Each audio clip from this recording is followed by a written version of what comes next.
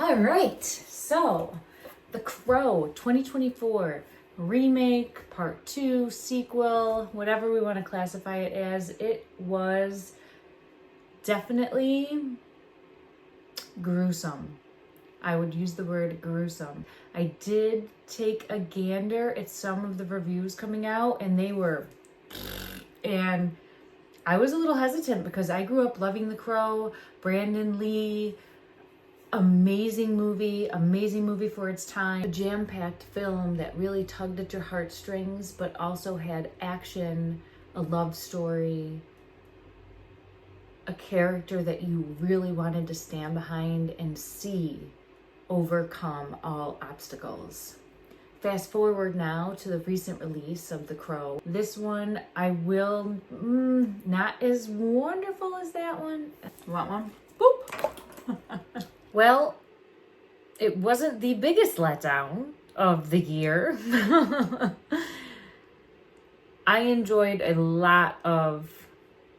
I enjoyed the gore. I enjoyed the blood. I enjoyed looking at Bill Skarsgård.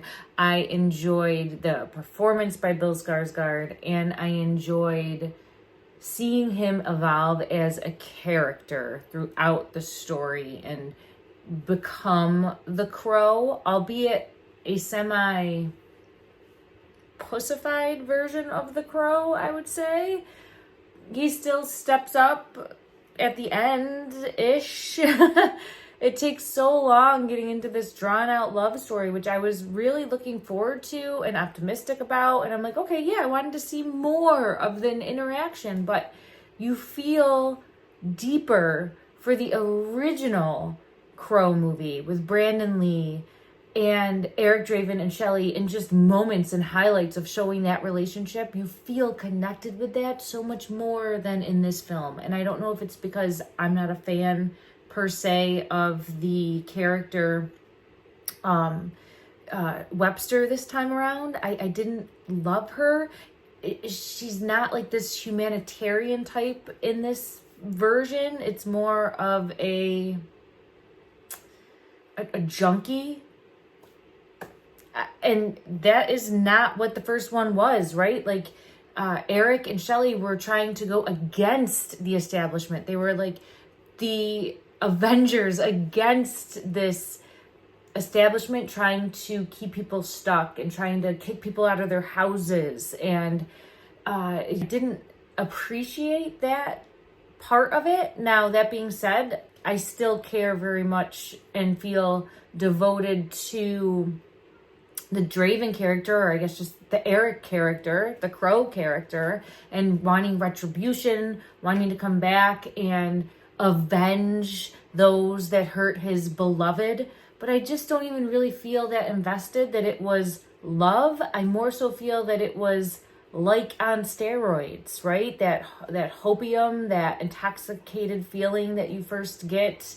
And I don't think it was long lasting. And I really feel that when push comes to shove, if it was, do you want to spend eternity in hell, basically, is what's presented, to save your beloved, I think you maybe would have pieced out. Not so much this time around. I appreciate the offer. I blew my chance, and this time, can I do me? Can I go to the other place? What's my options, right? Can we fact check this? So that's my 2 cents on it, my spin on things. I just didn't feel invested as an audience goer. Now, I know that there's been some chatter, different reviews. A lot of people didn't like how Bill Skarsgård portrayed the character, and obviously this is just him as an actor. He's being told how to portray the character, but it was a little wussy in the beginning. I kind of liked that because it was very believable with the information at hand. So I did enjoy that. I just wish there was less of this loop of a love story that really just seemed to be the same thing. Action just wasn't there. I did enjoy the kind of leading up to becoming the full-blown Crow versus just kind of balls to the wall badass, but it was more wussy, pussified than I think a lot of people would like, not their cup of tea. And then I loved the end, and I don't like opera. So there's an opera scene, and I am not a fan of opera any way, shape, or form. I mean, I will just drown out, and would I have rather it been like a heavy metal rock concert to kind of go with that theme? Yeah. However, and I don't like heavy metal rock concerts. However, it was great. It was fun to watch. The last half an hour to 45 minutes of it, I was all in. I was invested. I was rooting for them. I love the imagery with the crows. I love the eye with the crow.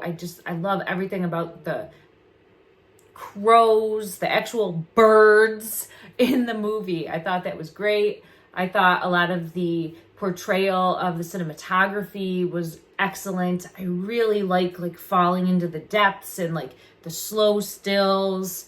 All of them had purpose. All of them had meaning. And I, as a viewer, enjoyed it. I really enjoyed that. I also enjoyed the amount of violence, the amount of gore, the amount of blood, the amount of just action that came along with it. I enjoyed that. It definitely stepped it up from Crow movies of the past. There was definitely more to view there. However, that being said, all of the other relationships died off in this movie.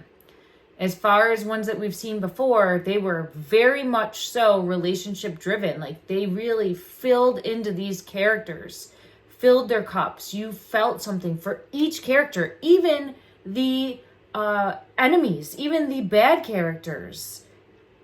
You felt something for them. In the first 1994 Crow movie, I felt something for them, right? And I'm not trying to compare it to apples and oranges. You're never going to do that movie justice. There's just too much going on there. Like nothing is going to hold a candle in my mind to that movie. And I'm a huge fan of that movie. Watched it when it came out. Oh, there's a dinging. Watched that when it came out on, VHS, a copy of a copy. And I mean, just watched it so many times that it no longer played in the VHS. And that's how much of a diehard fan I was of this storytelling aspect of how much I cared for the character. I still remember weeping as a tween for Shelley and Eric and their love story that you literally had maybe 30 seconds of. This goes into depth, 30 minutes, and it's like, oh, the love scene sucked. You don't believe it, one, because it's kind of like two junkies meeting up and they don't really do a deep dive at maybe two drug users that I'm assuming are junkies just because of where they land up. But it falls short. It falls short in that respect. I don't love Twig's performance. I just think this wasn't the best role for her specifically. Skarsgård does a phenomenal job. And I know Danny Houston, I feel like, is constantly the same character, this bad guy, right? I'll have to go take a look, but if I see him in real life, I'm going to run because he's evil. I think he's just in that niche now. It's just been portrayed that way so many times. So it's kind of the same from him. And then as far as the other, it's just, they might as well just be clones because there's no character development and it is just kind of someone to get murder, death, killed on the way to saving his beloved for Draven, Eric the Crow.